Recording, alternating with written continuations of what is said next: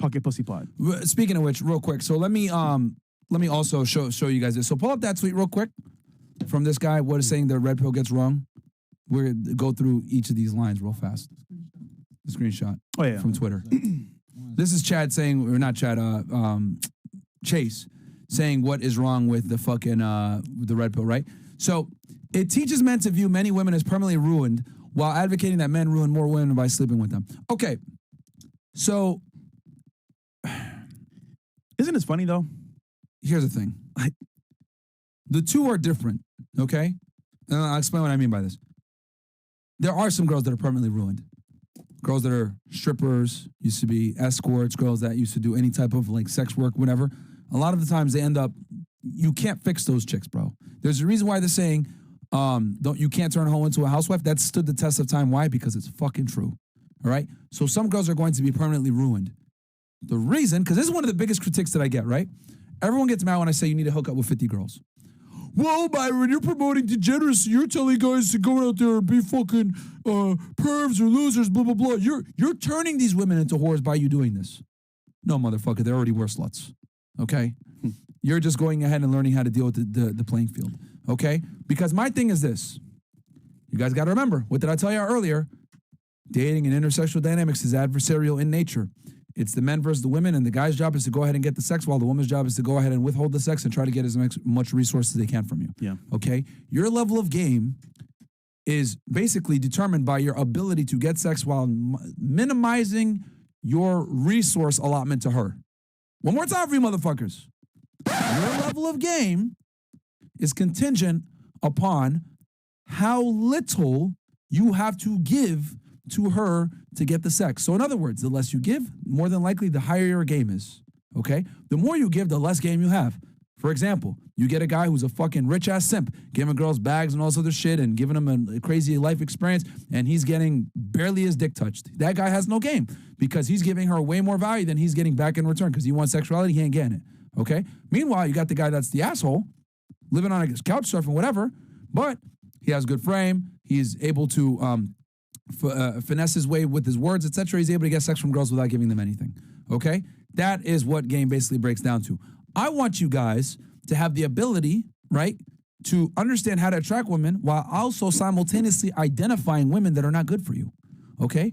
Tradcons want you to go into a gunfight with a butter knife, aka being a virgin, not understanding how women move and getting finessed. Because here's the problem with you when you're not necessarily experienced with women and you don't know how things work and you don't know how the dating landscape is, etc. When you don't know, what ends up happening is girls sell you a dream, right? Like guys do, oh yeah, you're going to be my only girl, blah, blah, blah, I love you, all this other shit. Like guys do, you know what girls do? They sell you purity. Oh, I'm a good girl. Oh, I don't do that, blah, blah, blah, blah, blah, right? And, or I used to be a stripper, but I stopped, right?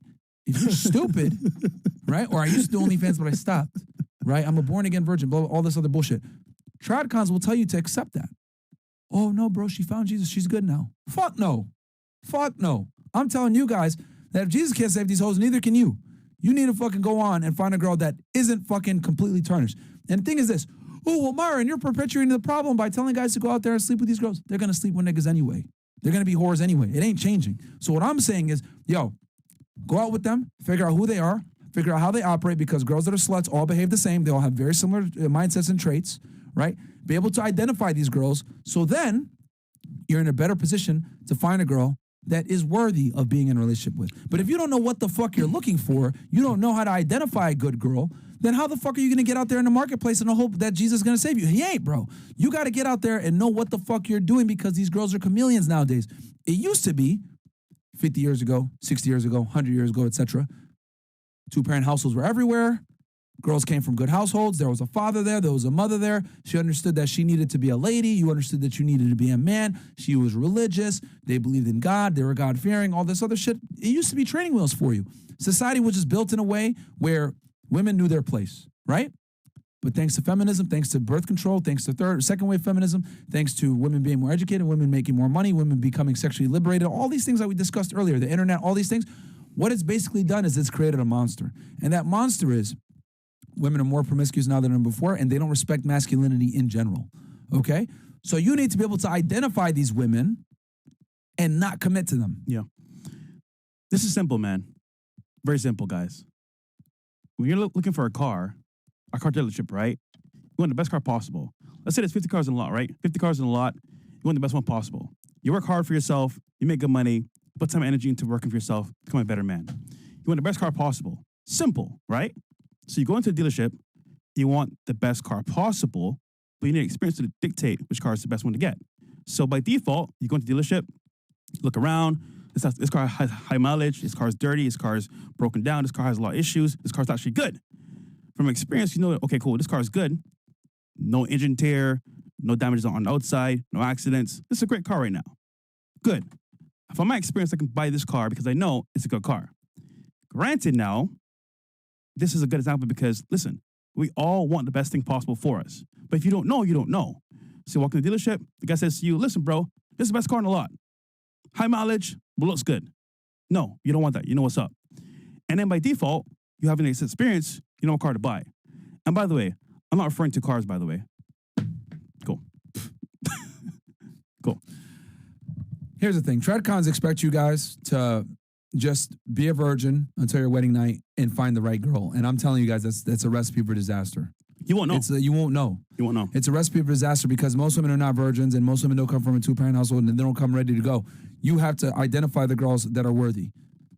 It is what it is. And like these guys will sit there and say, oh, well, Jesus will save everything or, you know, the church, blah, blah. Bro, a lot of these girls aren't religious, bro. You think all of a sudden people are going to wake up and say, I'm going to become religious now. No, man. And I'll be honest with you. If you find a girl that's super religious and she's in her late 20s or 30s, that's a red flag a lot of the times. Yeah. She probably did some whole shit. I would argue Jesus can save people, but they have to want to be saved themselves. That's what I'm saying. So by default, they don't want to be saved. Yeah. I mean, J. Cole made a song, and literally he said it in the song. It says, "She don't want to be saved. Don't save her." Literally, it's just like common sense, man. Yeah, I know some of you guys are saying that the Rumble stream is dead, just died. Yo, just drop the drop the YouTube link for them then, so they can come on over. Yeah, yeah, it died. Drop the YouTube link for them in the Rumble chat. But yeah, guys, all I'm saying is that the days of you sitting there and saying, you know what, man, I'm going to be a virgin until my marriage night. I'm not going to hook up with women, etc. It's bad. Like, you know what that's the equivalent of, right? Because a lot of these guys like chase and shit will tell you, oh, be celibate until marriage, be a virgin until marriage. That's the equivalent to you have a boxing match set on a specific day and time, and you don't train, and you just go to the boxing match and hope that you'll be able to go ahead and beat somebody up that's been training for years. And not only have they been training for years, they've been training since they were 15. Boxing, beating people up, you know, ducking and dodging, all these fucking things, slipping punches, rolling all over the place. Like, that is the equivalent. Because what ends up happening, right, is you're going to go ahead and get into a relationship or a marriage, worse yet, with someone who's way more experienced in dealing with the opposite gender, a.k.a. you, than you are of dealing with them. That's what the equivalent is. When they tell you be celibate until marriage or be a virgin until marriage, you're effectively not training for the biggest boxing match of your life, which is marriage, by the way, because the consequences are crazy if you don't do this correctly, right? The most important fight of your life, right? Because best believe it's a fucking tango dance when you're with your wife of maintaining frame and everything else like that. You're going to get your ass whooped in divorce court, family court, paying alimony, paying child support, etc. That's what these TradCons want you to do. They want you to not train for the biggest boxing match of your fucking life. And you're going to get whooped. Because let me tell you guys something, a dirty little secret about females that they don't fucking ever admit. By the time a girl hits puberty, she's already dealing with men, figuring out how to deflect them, figuring out which guys are losers, which guys aren't. She's figuring out how to finesse, how to maneuver, etc. Bro, you could take the nicest girl ever. Almost every girl has been on a date with a guy that they don't like. Almost every girl has gotten a free dinner from a guy that they don't like. Almost every girl has gotten offers from guys that they don't like. And they're either A, take them, or B, they finesse and they take it and they go ahead and get around it somehow. So you're telling me that this girl who's been able to deal with the opposite gender and successfully evade a lot of their advances for the better part of 15, 10, 20 years, you think you're going to be able to deal with her as a virgin that hasn't dealt with women before, that hasn't trained and dated and seen the trends and everything else like that? It's fucking crazy. You're not, bro. You're fucking not. She's going to run circles around you. Then you get married to this girl, and next thing you know, she's switching up on you. She's challenging your frame. You don't know how to deal with it because you've never dealt with women before. And let me tell you this.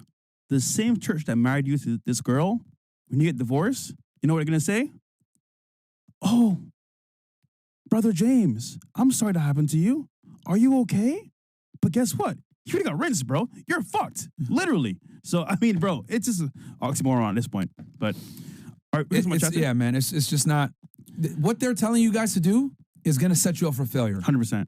Be celibate or be a virgin until marriage. No, bro. You need experience. You no matter need what experience, you do. man. A business, life itselove, school, a job, especially and marriage. he's saying that some girls are permanently ruined. Yes, absolutely. There are some girls that are permanently ruined that you can't fucking fix. Yeah. And the problem is that they think that you could fix some of these girls. You fucking can't, bro. Some of these girls are ruined. You can't. But you need to be able to identify these girls that are ruined, because the girls that are ruined, they're the best at doing what? Trying to display a facade. Yeah.